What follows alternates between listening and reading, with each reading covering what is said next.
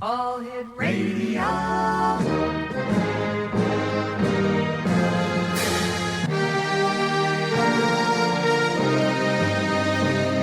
Welcome to the X Zone, a place where fact is fiction and fiction is reality. Now, here's your host, Rob McConnell.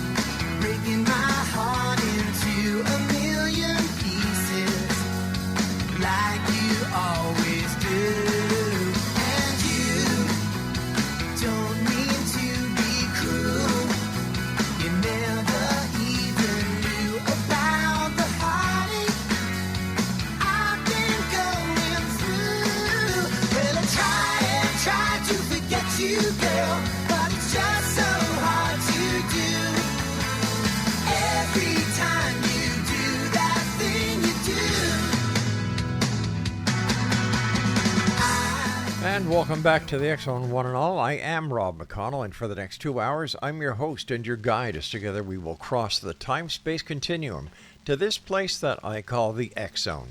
It's a place where people dare to believe and dare to be heard. It's a place where fact is fiction and fiction is reality, and the X-Zone comes to you Monday through Friday from 10 p.m. until midnight, I should say. That's 10 p.m. until midnight. Right here on the X-Zone Broadcast Network from our broadcast center and studios in St. Catharines, Ontario, Canada, and right here on your hometown radio, Classic 1220, streaming around the world on classic1220.ca. X-Zone Nation, my first guest tonight is Dr. Corey Minatani, and we're going to be talking to Dr. Corey about Judeo-Christian Evangelical Theology and Demonology. Now, let me see, I do have some information here about the good doctor. Dr. Corey is a Doctor of Ministry in Christian Studies, a Doctor of Evangelical Theological candidate, and a PhD candidate in Demonology. Studies with a BA degree in philosophy and an MS in psychology. He has published works that have been published in Oran Mor, I believe that's how you say it, a Celtic E-Zine for the New Order of Druids and Grey Matters. And joining me now is Dr. Corey. Dr. Corey, welcome to the X-Zone.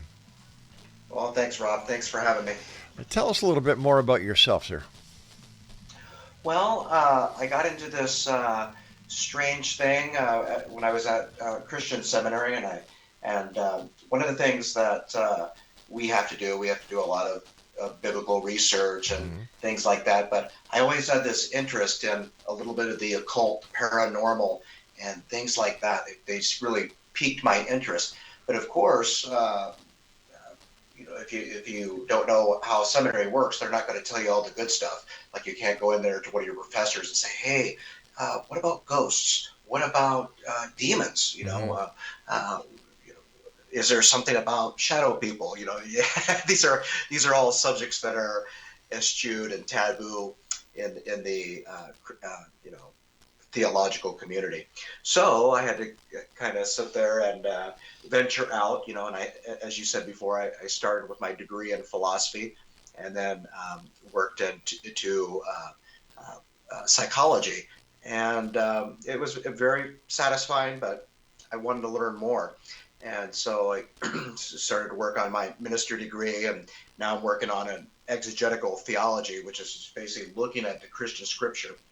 And when I did that, I was looking at a lot of the parts of the Old Testament. And if we look at them carefully, there's a lot of crossover between, what the psychic community is doing, the paranormal community, maybe even the esoteric / occult and pagan communities. And there's a lot of good stuff in there. And but one of the things is that some of the translations would pluck things out. So you may or may not know that the King James Version of the Holy Bible, they remove a lot of the demonology type of stuff, because they were, at one time, going after witches and pagans and things like that, because they're trying to establish their dominance in that spiritual realm. And so like the King James Bible, 1611, would actually have a lot of that demonology plucked out. And I thought that was really weird. That's really confusing. Why would they pluck that out? And King James the First himself wrote a book called Demonology, and it was more kind of like parable type stuff, but how people can get involved with demons and devils and bad spirits and the like. And so, but a lot of the modern translations of the Bible, they still leave that out. And so my thought was, hey, well, I better maybe look at the Hebrew version, the Jewish versions of the like the Torah and the Tanakh.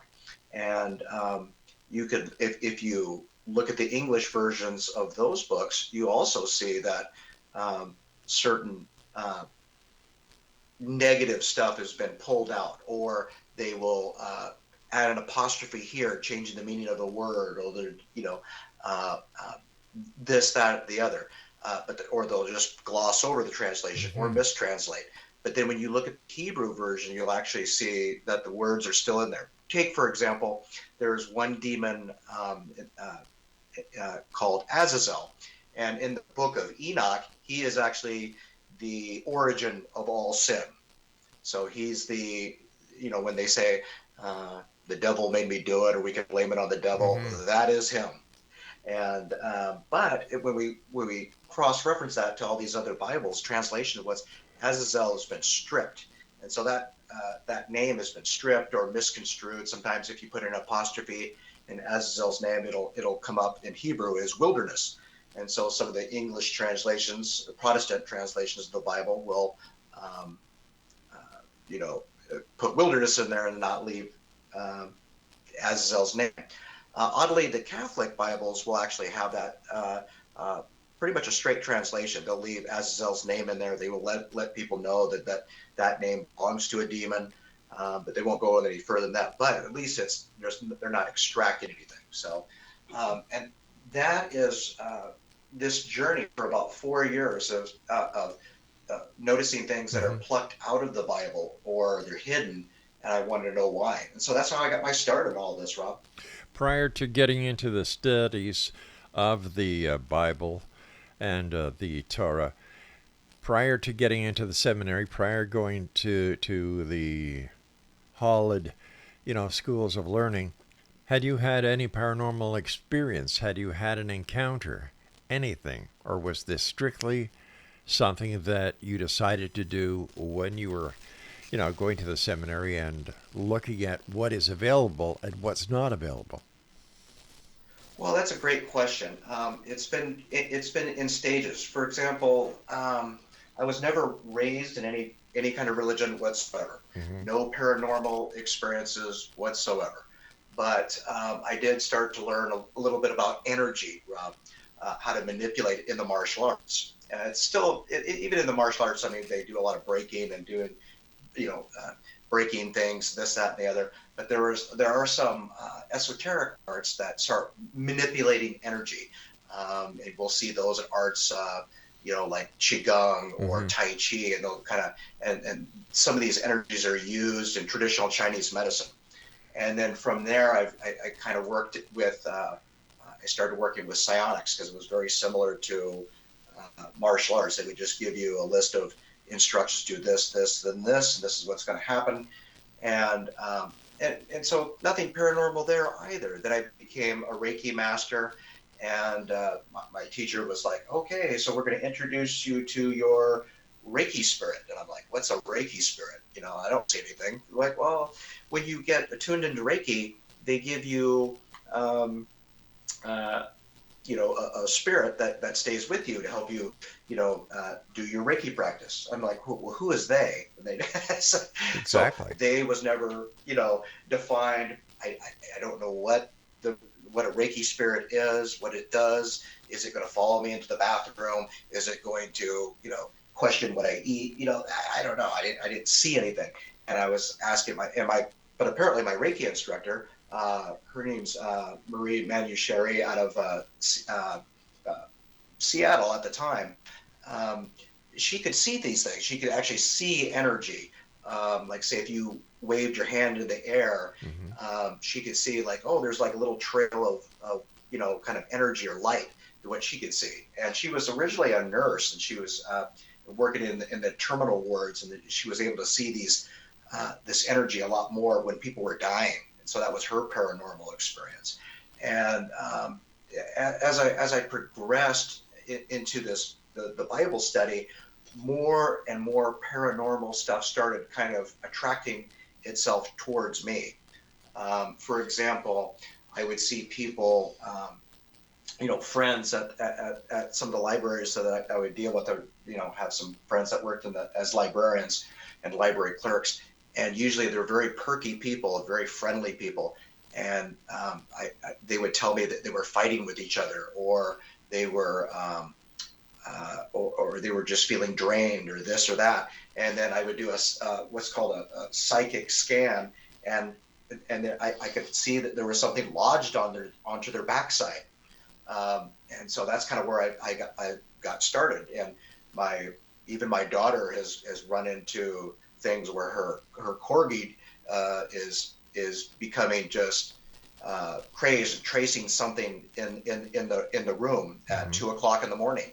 And I'm like, she's like, I think we have a ghost in the house. I go, well, have you had a ghost in there before? No, but suddenly the corgi's tracking something about 2:00 at night for about 3 nights in a row. Right. And so on the first night I came in there, and I'm like, oh wow, the whole house was really weird.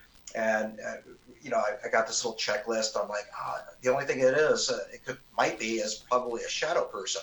But I don't have any research on shadow people. So, and that was just like 3 weeks before this broadcast. So now I had to go research about shadow people, because it wasn't covered at the Grey School of Wizardry. It wasn't covered at the Demonology Institute that I'm working at. It wasn't covered at my seminary, obviously. So I had to go do some extra research about shadow people. But when I got to my daughter's home, we did notice that her foyer right in front of the door it had some really negative energy, or had weird energy. It wasn't negative, wasn't positive, but it just felt like it was like a suction. Like when you walk past it was like, oh, because I'm very sensitive to energy or at least a little bit. And so I take my pendulum out, and it's actually probably a portal of some kind. So I don't know. We're still doing some research on it, but I basically just blessed the area, closed it off as per my teaching. But all right, we're going to have to take a break. Paranormal. We're going to have to take a break here, Dr. Corey. When we come back, we're going to be talking more to our guest this hour, Dr. Corey Minatani, and we're talking about the Judeo-Christian theology and demonology this hour here in the X Zone with yours truly, Rob McConnell, from our broadcast center and studios in St. Catharines, Ontario, Canada, on your hometown radio, Classic 1220, streaming classic1220.ca. Don't go away.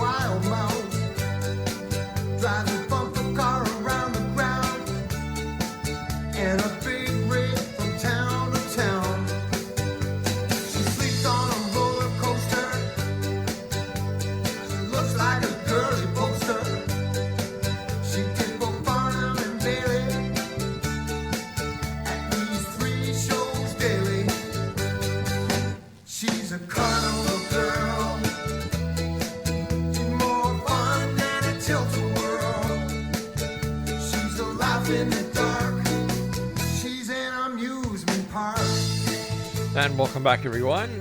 I'm Rob McConnell. This is the X Zone. It's a place where people dare to believe and dare to be heard, and our show is always searching for answers. But we're also demanding the truth. Joining me this hour is Dr. Corey Minatani. And I have to ask you something, Dr. Corey.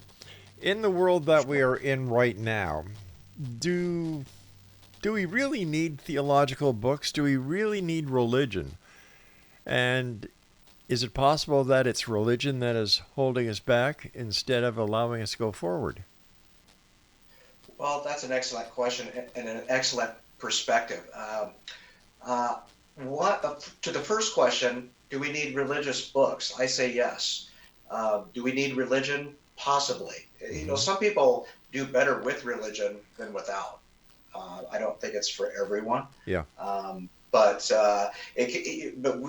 we probably all know, we can all think of somebody that probably religion helped save their life once in a while. We're not talking like a Christian saving, but we're just like, maybe they drank too much and they would started going to religion, going to church or maybe a pagan practice, and they snapped out of it. They just kind of their perspective changed, their paradigms shifts a little bit, and that's enough to possibly save their life or save their marriage, or maybe they have kids and they're not there for them, and a religion helps them focus on what's really important. Is it possible that religion is nothing else but a placebo effect? That you can actually do what you're doing without the help of religion if you just put your mind to it? Well, yeah, I think there is. I don't know if it's all that, but I know it. Especially as a psychological point, I would say it's about 50%. Okay. The other 50% is, you might say, well, you have a leap of faith, or you have some skills and stuff like that. I've seen some weird stuff. Just laying on of hands, healing. I've worked with some Pentecostal folks, and they would, pray for healing in the name of Jesus, and try to get the Holy Spirit to do the healing. And I've seen some really cool stuff being healed. We're talking like carpal tunnel. Sometimes it was just minor, like headaches. I've seen with the Native American tribe. I worked with the Muckleshoot for a little bit, and they would go do their sweat lodges and attract entities in the mountain. They would go in their sweat lodge and come running out. I'm like, "What'd you say? Well, what's spooking you?" And they're like, "Something's watching me." So it kind of sometimes the religion can buckle people down, and then say in the case of the Native Americans, they were just learning about their native culture and their history and things like that, and it opened their eyes up to a whole new world. They were very secular and worldly, and the whole idea of spirits, spirit animals, and things like that really just spooked them on one level. But it was like, oh, maybe the elders were saying something of the truth. So, but for myself, the old textbooks or the old religious books are keys for someone like me that has a lot of different training, like in martial arts and psychology and philosophy and religion, and other healing modalities, that I can say, oh, well, this stuff, like in the Old Testament, a lot of this stuff that I practiced, on my own is actually embedded in the Bible or in the Old Testament. But I often ask, if we had the knowledge that we have today with all the sciences, and we had access to the vast information that we have available on the internet, how different would the Bible have been written if the events that were so spectacular to the ancients happened today? Yeah, well, that's also a good point. With everything, the level of intensity for entertainment and excitement and attention, if we look at the normal day-to-day news, a lot of the news media, they have to really hype up the news or really blow it out of proportion. It seems, from my perspective anyway, just to get the attention, and the attention nowadays for many people is encapsulated in a TikTok video. What is that, 30 to 60 seconds sometimes, and they'll go through maybe 30 of those, in a day or whatever. But so it might not be a big thing. People are less impressed, or especially nowadays, we have so many stage magicians and tricksters and people trying to scam us all the time, that people would take a skeptical side, which is totally healthy. You don't want to sit there and dive deep into this, with full faith and naivety, so you gotta baby step it in there, and it may not be right for everybody. People that are very scientific minded in the world, their purpose in the world is to do science. People like myself, I couldn't figure out science. That was some of my worst classes. That's why I kind of end up getting a degree in philosophy, because I could think really large thoughts, but trying to do accounting or things like that I was very horrible. Language skills, my Spanish teacher promised to give me a D minus in Spanish 101 if I promised never to take 102. So I think people just kind of naturally fall into these things based on their attributes. But then again, there's some other things that, but I get back to your question though. Yeah. They may not be very impressed. They might think it's a trick, which is okay. Where did you earn your degree in philosophy and your degree in psychology from? My degree in philosophy was over at Central Washington University. It's over a little town here in Washington called Ellensburg, Washington. And then my psychology degree was actually online because I had 4 kids. And I was working full time, and that was the only way I could do a degree program at that time. And so it was online with Capella University.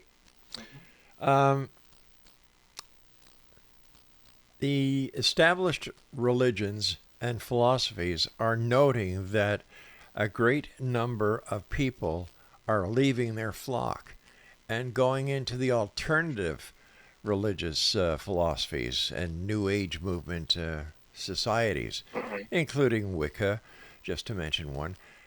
How do you see this helping those who are watching the onslaught of people leaving to question if, in fact, what they have been taught to believe in is the truth?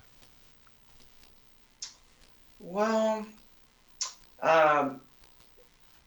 if we're thinking about an all-powerful being, let's call it God. Okay. And he's going to get you in some kind of thought process, whether it's the Ancient Aliens show, whether it's going to be Santa Claus, or people divert to Wicca.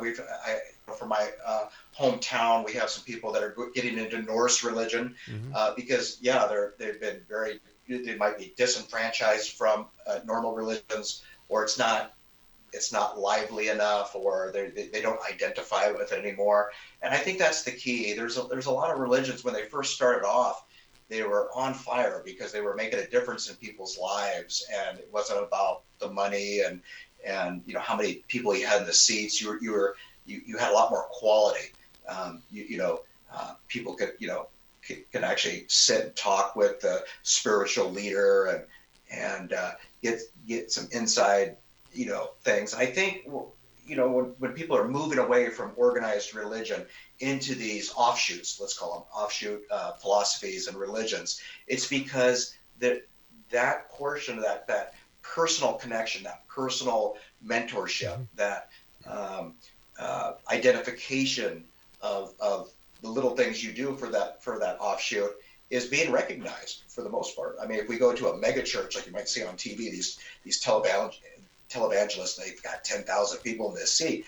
You're definitely feeling like you're part of the group, but do you feel like your efforts will be even remotely recognized by the pastor? Probably not, right? You're just one of the many. You're just like a serial number, It seems that religion these days is just like any other company. After the almighty dollar, in order to show profits. And I just find it very disillusioning when the entire religious philosophy, the religious organizations such as Christianity, Catholicism, just kind of look at you as a member of their corporation. You have in my opinion, you have the Pope as the CEO. Then you have the deacons and the cardinals as the board of directors. And then you've got John Q. Public, who goes to church hoping to lead a better life and is paying. The collection pot comes around, and it's either what they have in their pocket or their promised tithing.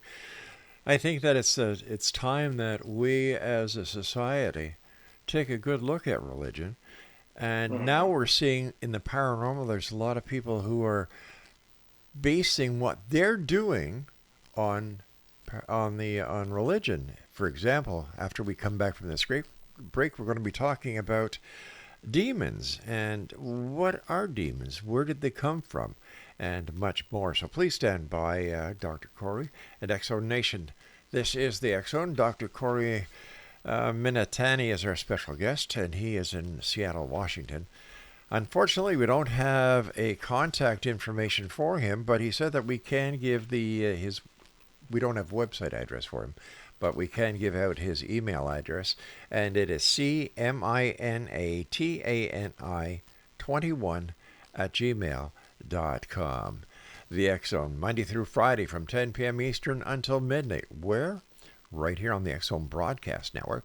And we're coming to you right now on your hometown radio, Classic 1220, streaming around the world on classic1220.ca. Whatever you do, don't go away, because we'll be back after the short break. She was born in a fun house. She grew up on a wild mouse, driving bumper car around the ground, and a big rig from town to town. She sleeps on a roller coaster. She looks like a girly poster. She can go.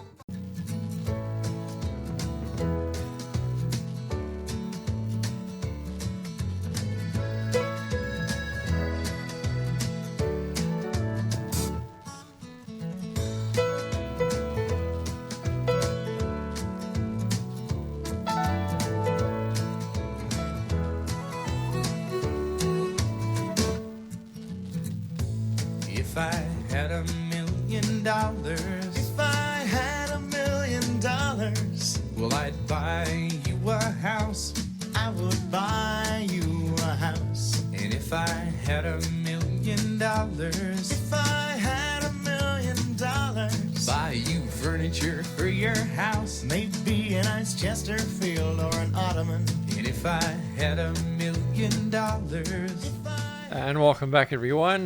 By the way, if my music director is listening, there's my CanCon for this hour. The first song we did was She's an Amusement Park by Band from Heaven in Hamilton, Ontario. And this song by the Bare Naked Ladies, If I Had $1,000,000. So there we are, Peter. Two Canadian songs for CanCon. There we go. What, in your opinion, is a negative entity, and where did they come from?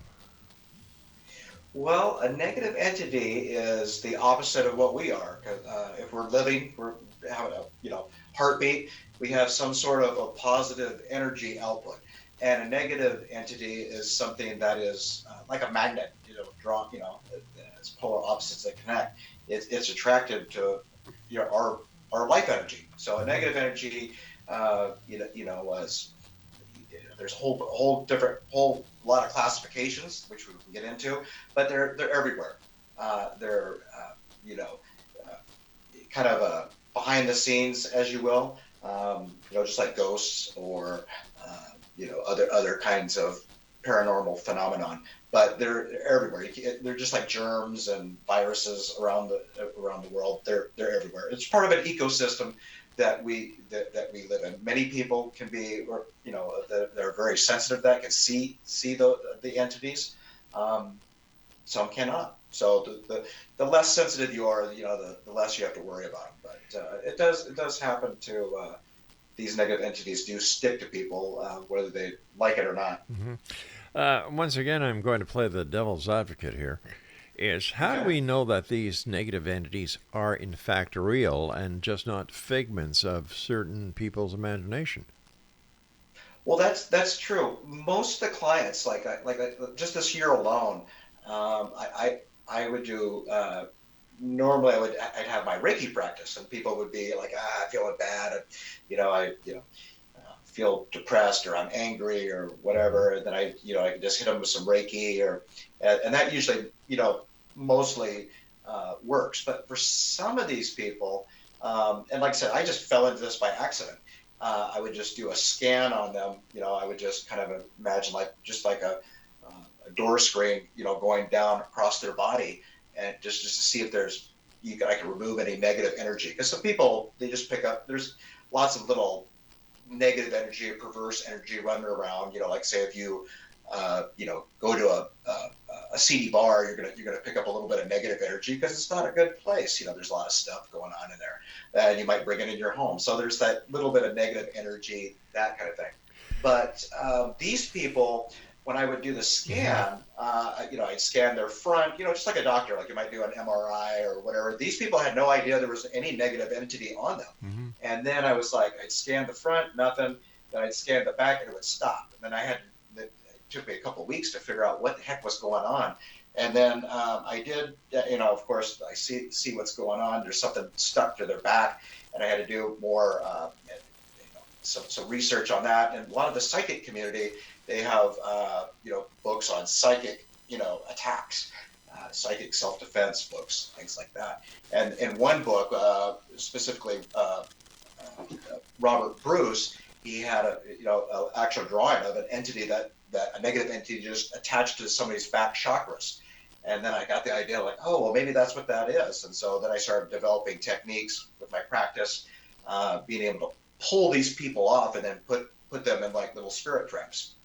So it was kind of weird. So, but most of the folks, they don't know what it is. They just know their experience. I feel bad, and there's no reason why. Like most of my clients are bubbly people. Mm-hmm. It's almost like these very perky people, morning people, and then all of a sudden they're just oddly bad. So I scan them, and I found that they had some on there. And then the weird thing, and I didn't believe in it either. I was just kind of like, well, it could be anything. What is it? But when I started pulling it off, psychically, and you got to put it in a bottle or trap it somehow.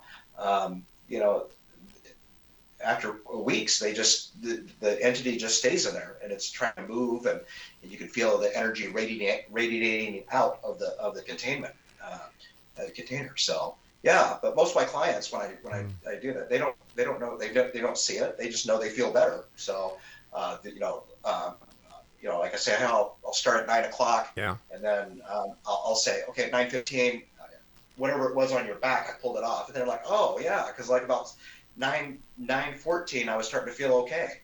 I got my energy back, or this or that. So, but it's run the gamut. Some of it was just anger. Some of it was just depression. One guy had diarrhea, and then as soon as I started plucking it off, he stopped. I mean, he had diarrhea for like a week straight, and then after I plucked him off, no more diarrhea. So I don't know. It's sort of really strange phenomenon. Let me ask you this: if a person is in a positive state of mind, and he goes into a bar, and I don't believe that all bars are bad, so he goes into a bar that might be considered seedy, okay? Mm-hmm. He sits down, has a couple of brewskis before he goes home. He's had a hell of a day at the office. Sure. Then he leaves. How would somebody who's having a positive day, who's got so much going for him, he's got the job of his life, the job that he's dreamt of, why would he be attacked by a so-called negative entity? Well, in the person that you're characterizing in this scenario probably wouldn't. These people that have like the New Age community or the esoteric community, metaphysics community, whatever you want to call them, they call that a person that has a good life. They're doing things. They're just going in for a couple brewskis, as you said. Yeah. They have what's called a high vibration. Now, like I don't use that term, but they're good people, just like you say. Like you can look across and like, hey Joe, how's it going? Yeah. And he's a hard worker and stuff like that. But and maybe he comes into the bar once a week, no big deal, right?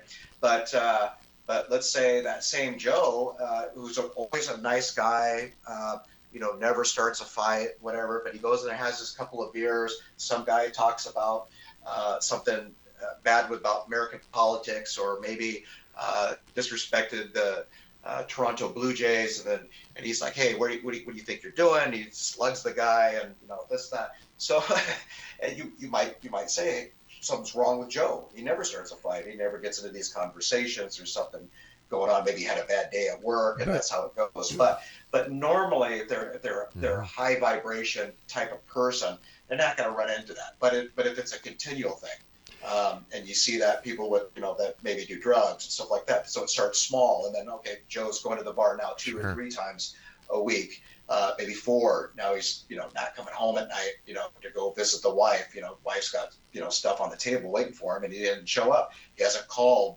whatever. Talking to women. Yeah, I get. Yeah. I get your drift, but what I'm trying to establish is whether or not the negative entity is self-induced in all these cases. And you were telling us about people go to see you, and you do a scan, and you notice something is negative in them, and you are able to eradicate whatever the negative feeling is. Yeah. Okay, now, how do we know that just by them going to see you and talking to you and them believing that you believe that you can help them is just a matter of mind over matter?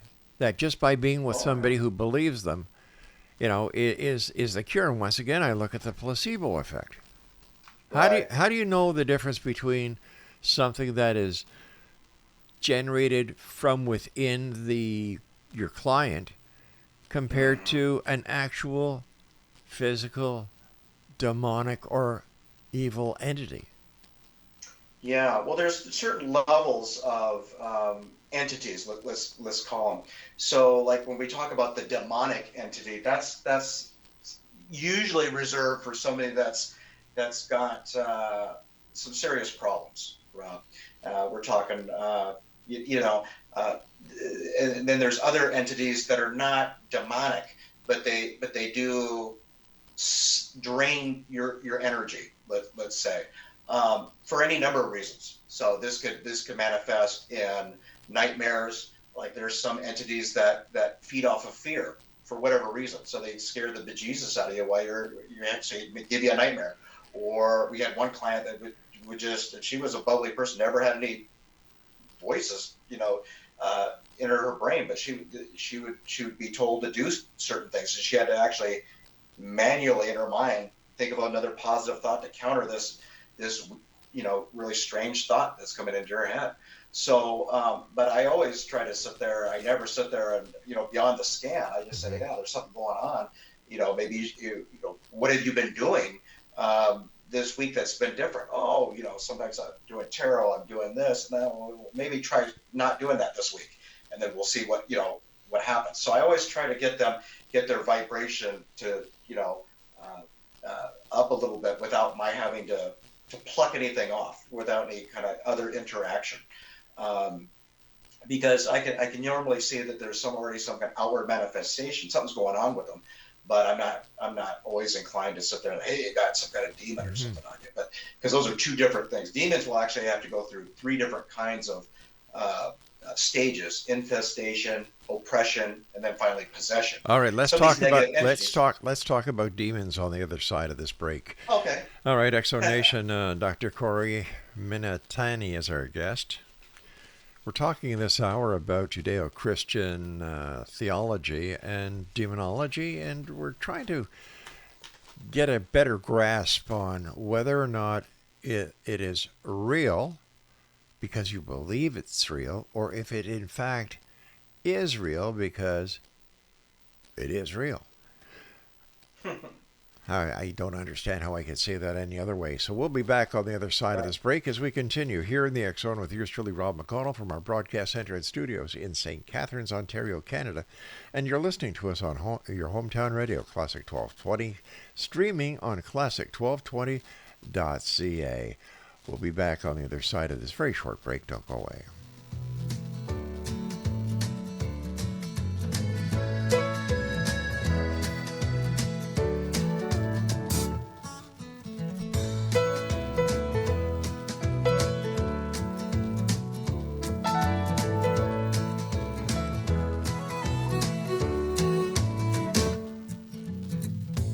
If I had $1 million, if I had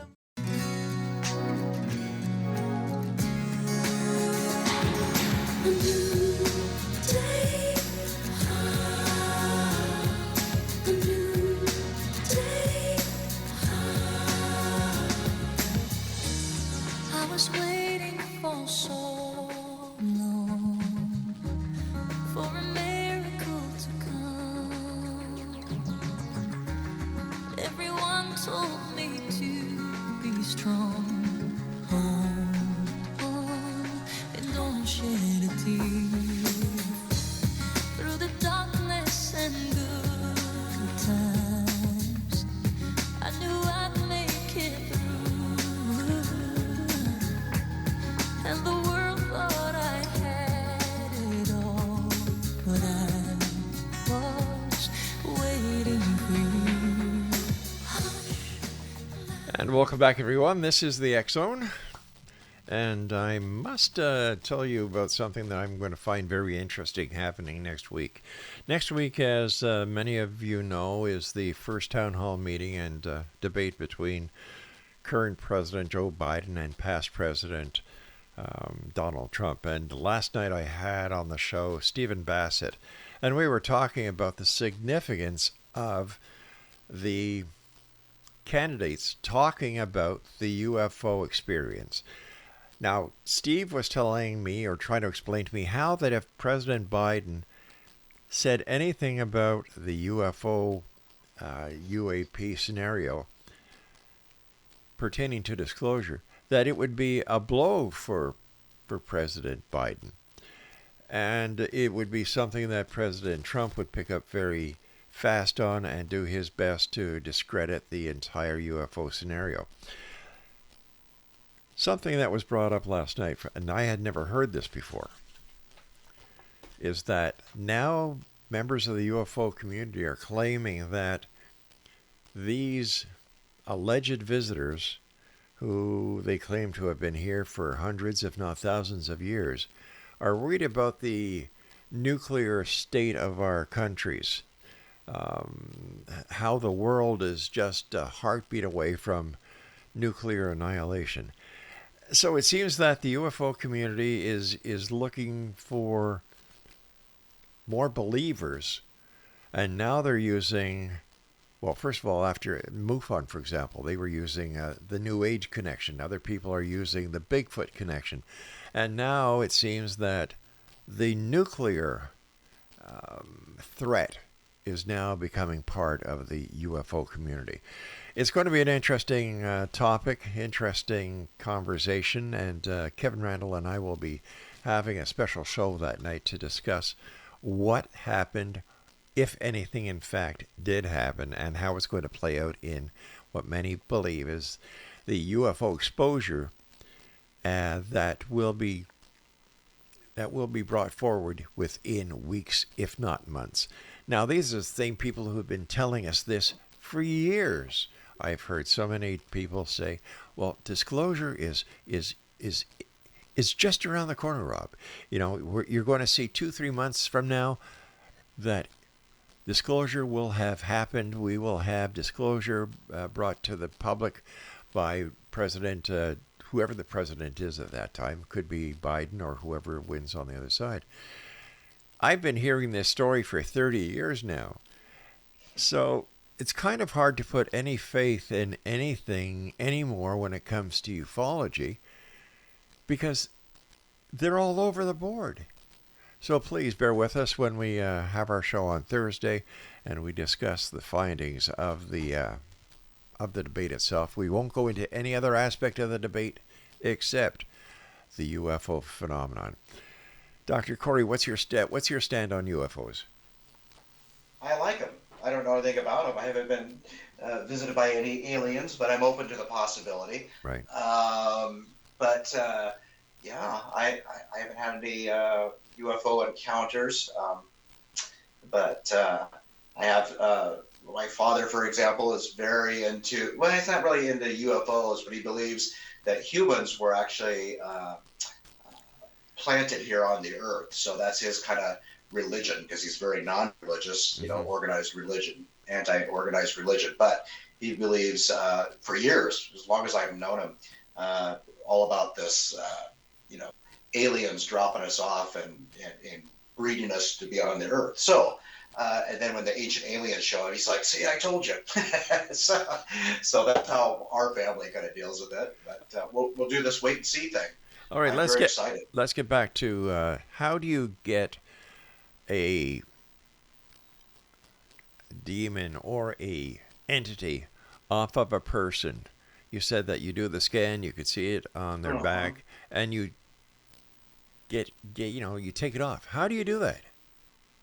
Well, there's a lot of different ways. Like say the religious community will use exorcism. Sometimes the pagan community will use something called a banishment. The psychic community, they can get their mind to kind of stretch out a little bit, kind of like a little arm, and you just start tugging on it. And that has correspondence with old shamanic type of techniques when people had something on their body in their auric field or something like that. They would do a similar technique. They would go into the spirit world like a dream and do the same thing. They would just actually, watch their dream body grab this entity and pull it off the person that they're trying to help. And so it's a very similar thing. I do a lot of this stuff remotely, so I'll just imagine my client there, spin them around, and just spin the visualization of their body, and then start pulling with my hand or my mind this entity and try to pluck it off. And usually, once you pluck it off, it's like a tick. It's not going to go. It doesn't like run and try to jump back on the back. So it's kind of weird. But this negative entity is almost like a leech. It really, which is a little bit different than a demon. Demons are, come in two classifications. They have kind of a formerly human demon, which I classify as a daemon. It's kind of like the kind of a Greek spin on it. And then there's actually the demon. Those are the fallen angels from the Book of Enoch. And so, we talk about power. The demons that are actually the fallen angels are probably the more powerful ones because they're beings of light. And then the people that are daemons, they're demon-like, demonic entities, but they're not as strong as obviously as a fallen angel would be because they were originally created. Sure. Now you're talking about the Book of Enoch, which is part of the Bible. Right. But what about the religions that are around the world who do not subscribe to the Bible? The Bible is not part of their belief. How do they deal with these entities? Or is it just those who read the Bible and who believe in the Bible that are being infested by these entities that are mentioned in the Book of Enoch?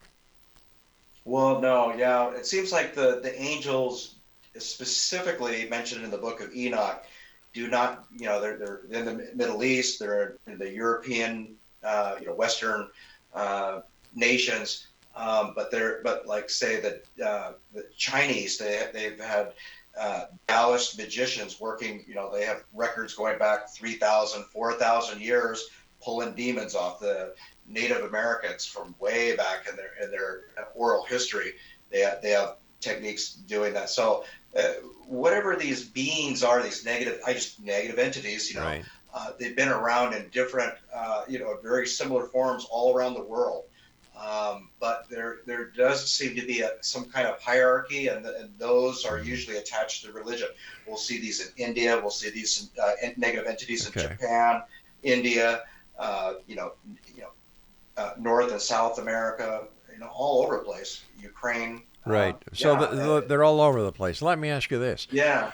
Why doesn't the Creator just get rid of them? Why do we humans have to suffer this if our Creator, who apparently is all-knowing and all-being, why doesn't he just say, hey, listen, whether you're a demon or whether you're an entity, get lost. These are my children. I'm not going to tolerate this any longer.